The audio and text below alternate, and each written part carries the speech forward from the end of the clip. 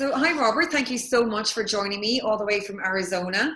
And so, pretty much, you are a photographer, an actor, an all-round artist, and more recently as well, you were telling me just there that you're after now getting involved in fashion also. So, why don't you kind of bring it all back? And you're only 23, is that correct? 24. Yeah. 24 now. Oh my God, Yeah. huge difference. So there's so much going on. It seems like that you are an amazing artist, man of all traits. So why don't you kind of tell us how you got started in this? And yeah, just go for it. Tell us more. Yeah. Well, thank you. Appreciate your time and thank you for bringing me on. I appreciate it. Yeah. Yeah, to take it back, honestly, this started when I got into the arts. I guess it started when I picked up like my first point and shoot camera, and that was like when I was, I think I'd say 15 years old. And the reason I got into photography was, I'm not sure if you're familiar with Tumblr back in the days. Yeah. Really, really big, and me and my friends were just on it, and we would just take pictures. We were really into like fashion at the time and all the trendy outfits and what was in, all that stuff. And we needed like a good camera. We didn't really have like money for it, but I had one. My mom had like a point and shoot camera laying around, so I kind of picked that up and used that to my advantage, and kind of just shot with it. I didn't really think of it much of the time. I was just taking photos to take, and then the photos that we uploaded on Tumblr kind of started getting a lot of traction. Started getting a lot of reblogs, and people were just like finding them really cool. So they thought they're really cool.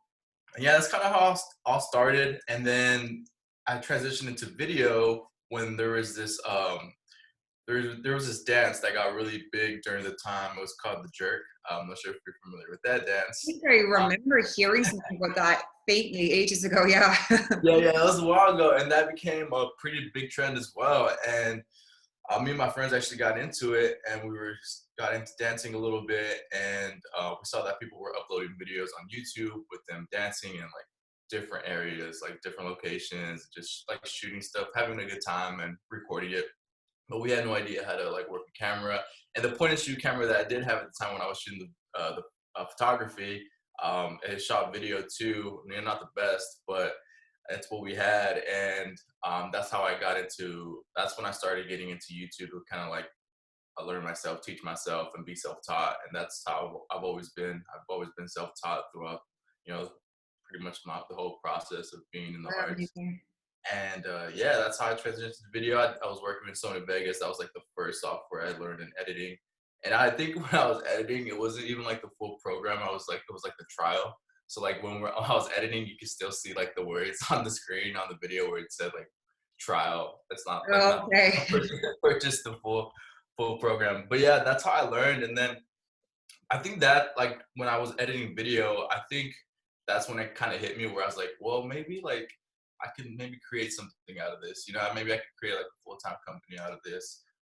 So yeah, then later, like a couple days later, or throughout that time, I had clients reach out to me like Facebook, like back in the years, and then they would tell me if I specialize in like events or like stuff like that, like headshots or like any pretty much all categories of photography and like videography. And I was like, yeah, even though I didn't really have the experience, but I knew that I could teach myself and learn it. So I kind of just I just kind of like picked lane in that and just kind of just worked on that as a side hustle. And then gradually started getting jobs, started working 9 to 5 jobs where I got to work in photography. So I used to work for a school photography vendor, a couple of them. And I learned a lot being at those jobs. And that was one thing that I wanted to do, was go into these jobs and take in as much knowledge as possible, being that I was self-taught. So that was definitely a great upside. It was to work those jobs and then take as much knowledge and learn studio lighting, strobe lighting, how to set up, work with groups, how to shoot portraits, pretty much all the above, and then also get paid for it. So that was always also a win.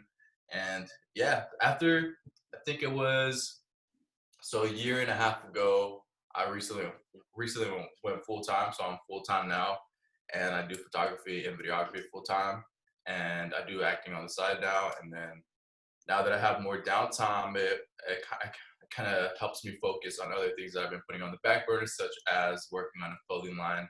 And that's something that I've been working on as of recent. And yeah, it's a lot. Wow.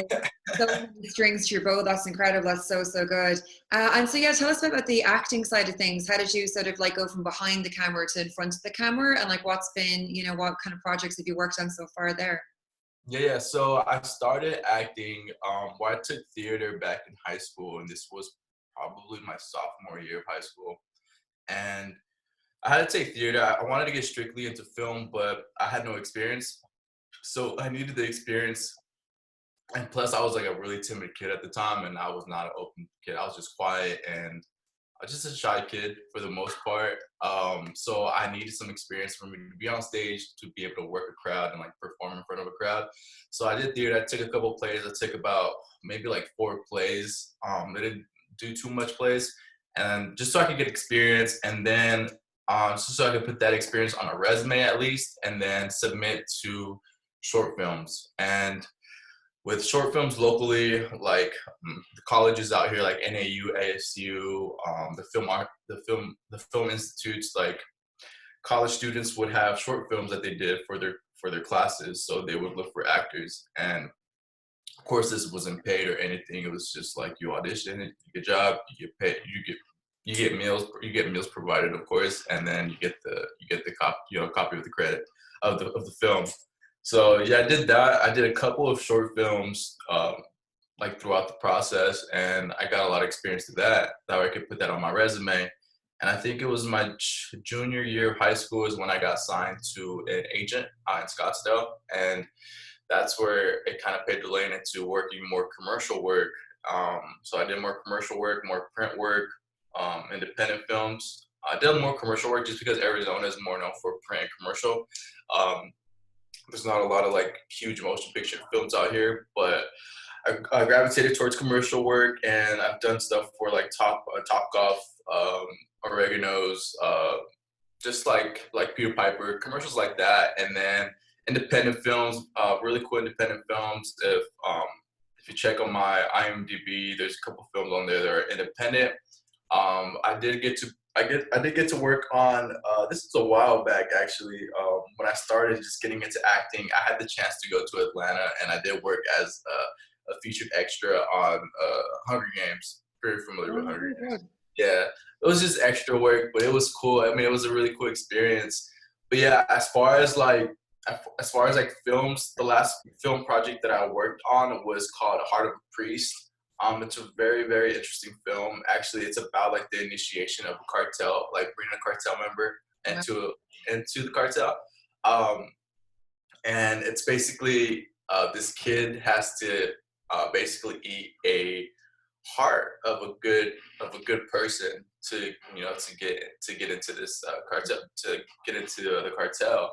And it's a very interesting concept because he's in conflict between if he's a good person or if he's an evil person, because the person he kind of brings uh, the heart he eats is like a friend that he knows.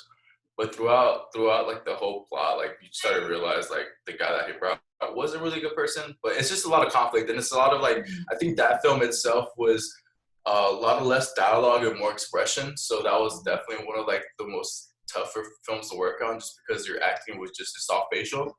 And definitely probably the most emotional films I've worked on, as far as um getting to that headspace of self-conflicted, just holding back tears, just anger built up. It's a lot. It was a lot to take in. I think that was like the first time I've ever felt like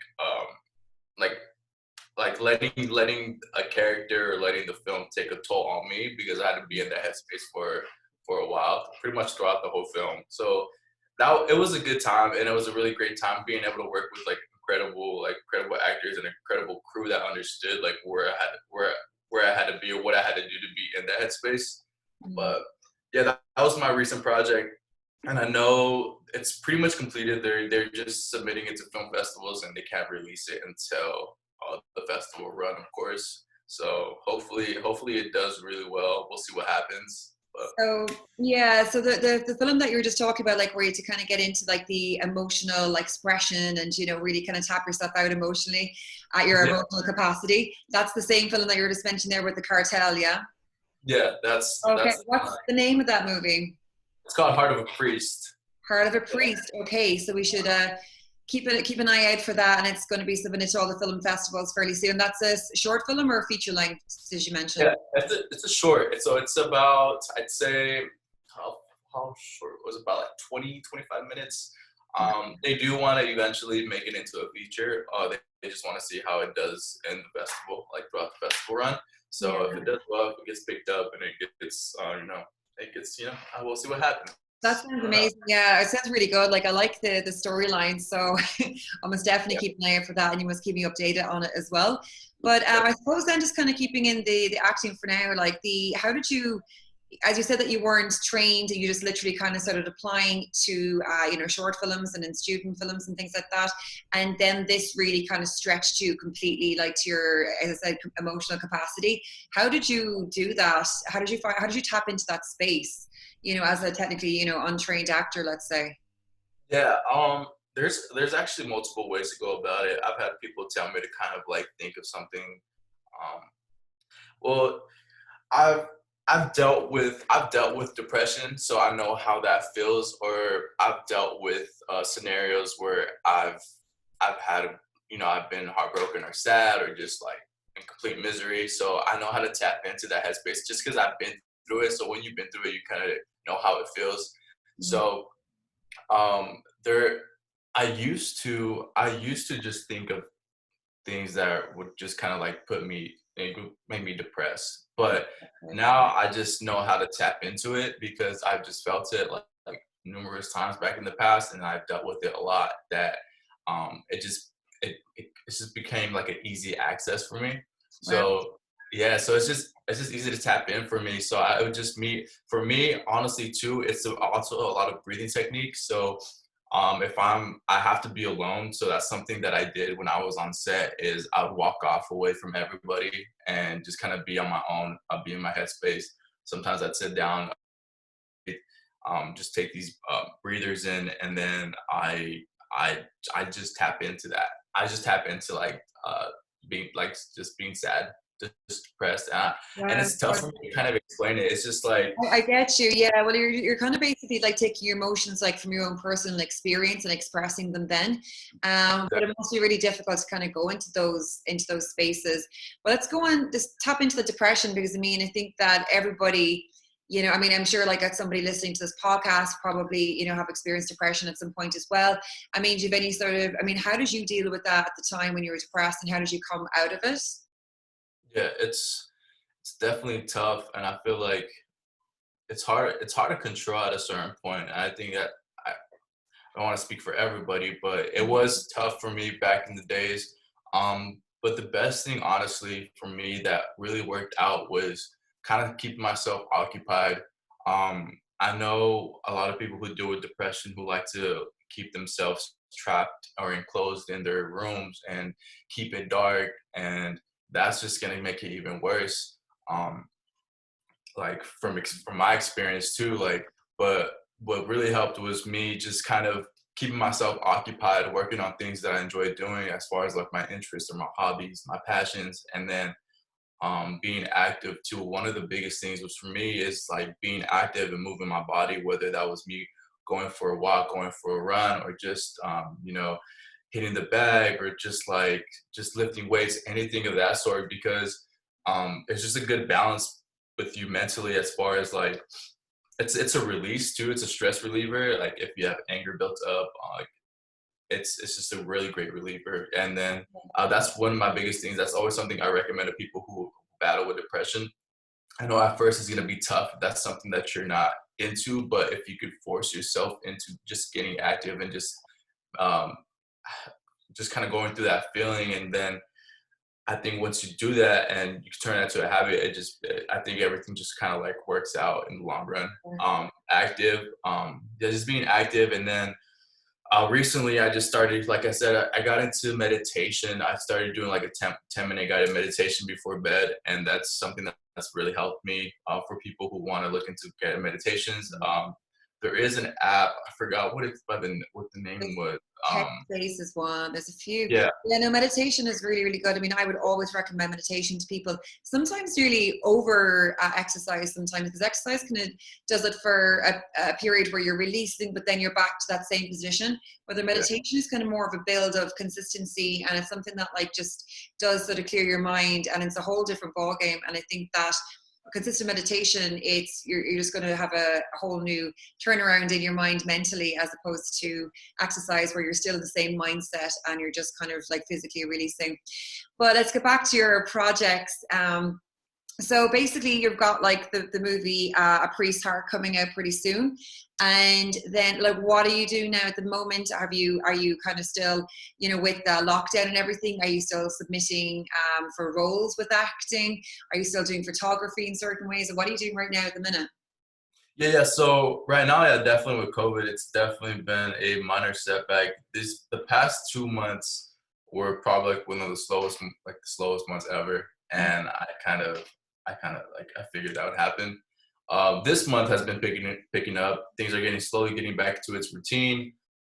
Like I said, I do photography and videography full time. So I do this full time, but like now this month, like I said, it's getting back to normal. I do a lot of like real estate work, headshot work, portraits work. So lately it's been senior portraits, working on senior portraits, a lot of headshots for business owners, working on real estate, like walkthrough videos, listing photos, stuff like that I've been doing, and that's been keeping me busy. As far as acting, there hasn't been as much acting opportunities as of lately, just because COVID still is on like major, as far as especially for the acting industry.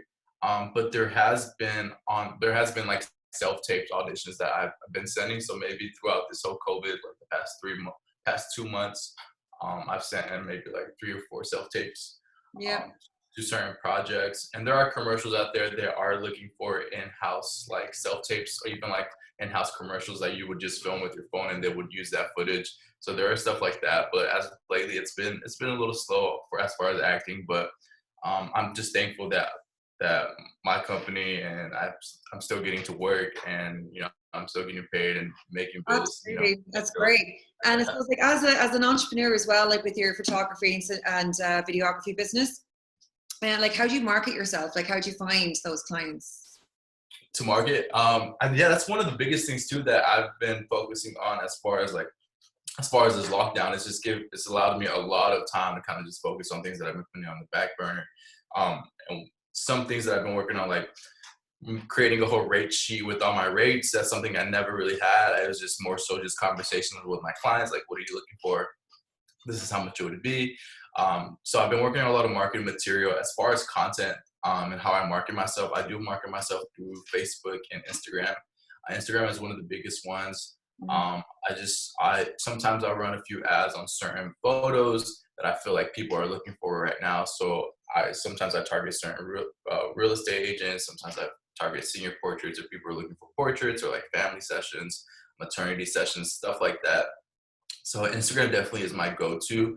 Um, I run like 4 different Instagram accounts right now, and that's like that itself is like a full-time job. Yeah. Social media is like a full-time job, and also Facebook. Facebook is also a place where I definitely market myself. As far as my personal page and as far as like on my business page, I kind of market on both sides of the spectrum. But yeah, I think what's really helped me has been Instagram. Instagram has been like one of like probably like the best marketing social media Like out there for brilliant, me. really, really good.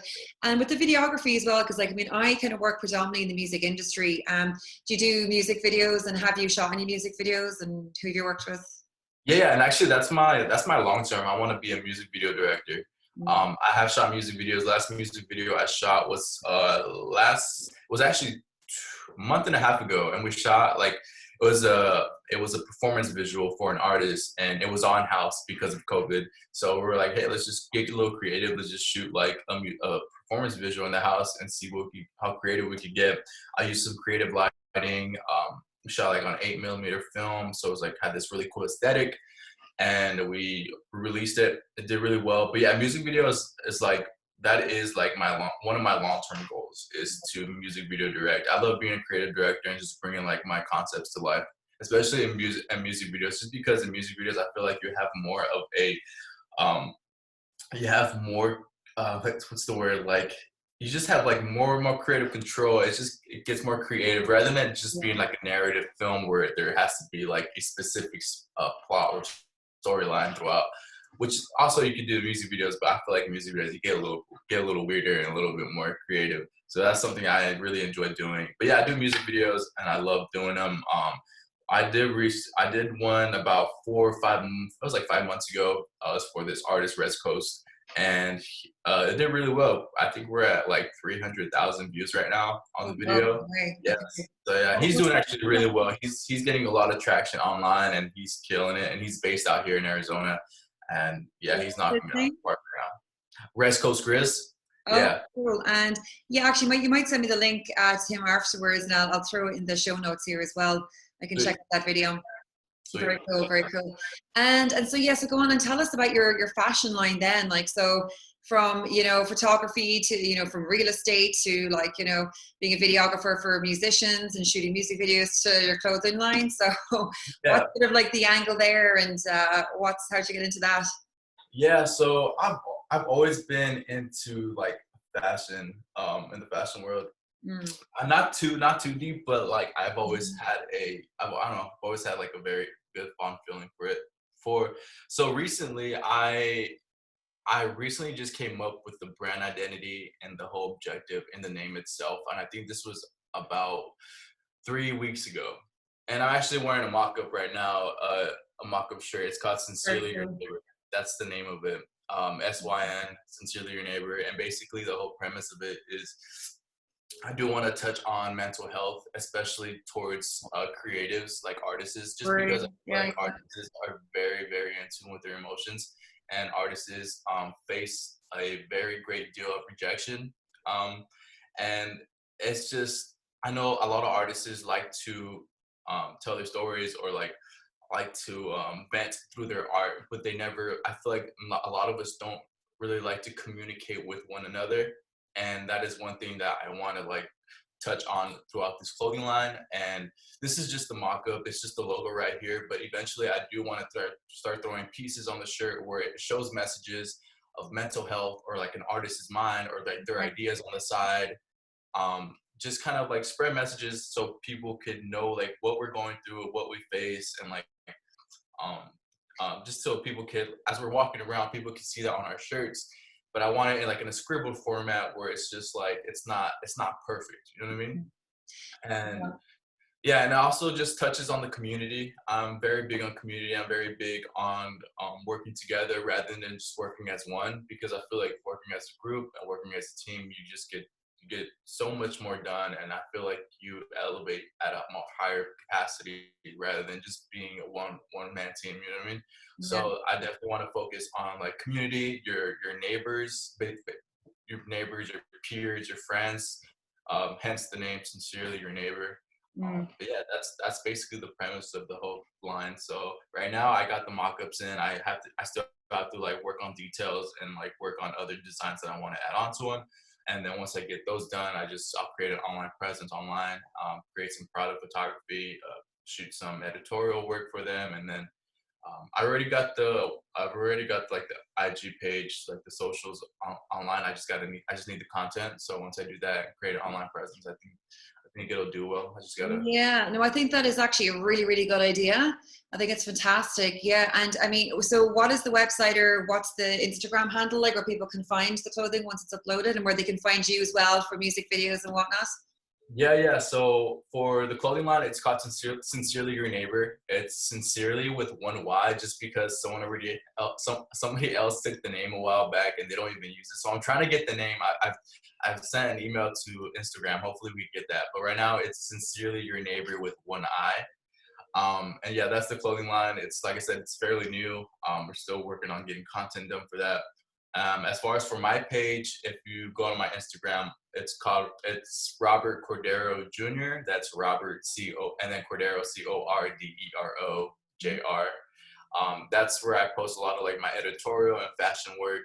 as far as like my music videos too.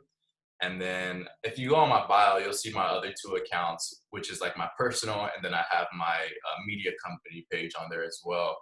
So if you just go to the bio, you'll see them there. But yeah, I have like different accounts that I'm like, There's so many. I'm Yeah, like that's trying to figure perfect. it out. Amazing.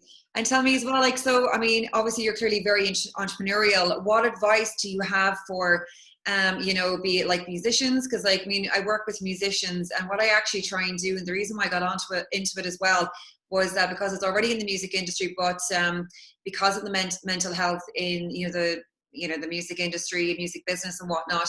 So I kind of like did NLP, and I work with musicians with that, and hypnosis and things as well, to kind of help them through with, stage fright and confidence and whatnot.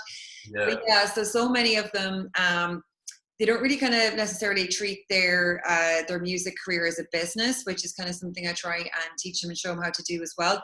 But for anybody else as well, musicians, photographers, people that want to get into videography as well, or even have their own fashion label, as an entrepreneur, like, what advice would you give to anybody out there that wants to do it all? Yeah, I feel like a lot of people have this distorted, like, I don't know, view on entrepreneurship. I think a lot of people like to throw out this lifestyle of a glitz and glam lifestyle at a beach with the computer, that type of lifestyle. And I think a lot of people have to accept that that's not how it is. Oh, And yeah. and that's something I like to touch on too, and I like to speak on, because when I got into this, I knew what I was getting into. I knew that I had to make a lot of sacrifice. I knew that if I left my 9 to 5, that I'd be working more hours than I was working on my 9 to 5. And this, I'm, working in my own job, my own company, full time.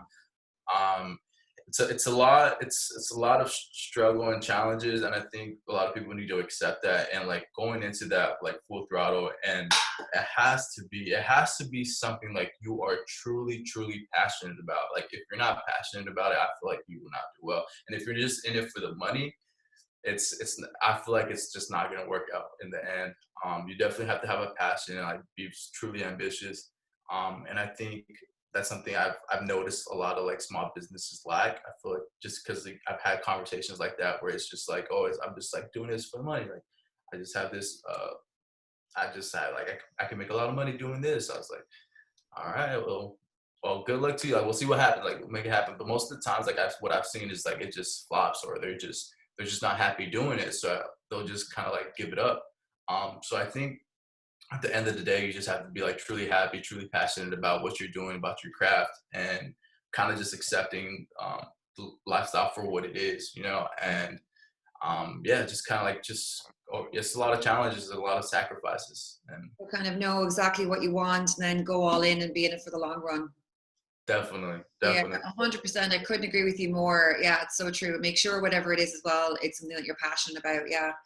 Well, listen, Robert, thank you so much for joining me today in the podcast, and really enjoyed this chat. And send me the links and everything as well, and I'll put them in the show notes. And if anybody wants to reach out, I suppose, what's an email, or what's the best way to get in contact? Perfect. You want me to send an email to you right now, or? Yeah, if someone wants to get onto you, do you have an email that you want to shout out? Oh yeah, definitely. Sorry. Yeah, if you get one of my emails is inquiries, so INQUIRIES at Roberto ROBERTO CORDERO JR, which is Roberto Cordero Jr.com. Yeah, inquiries at RobertoCorderoJr.com. You could definitely email me there. If you go to my website, RobertoCorderoJr.com, you could also find my contact info on there as well. So that works out. Yeah. Cool. Listen, thank you so much. And yeah, we'll have you back maybe again sometime. Thanks. Yeah. Take care. Thank you so much. I appreciate your time.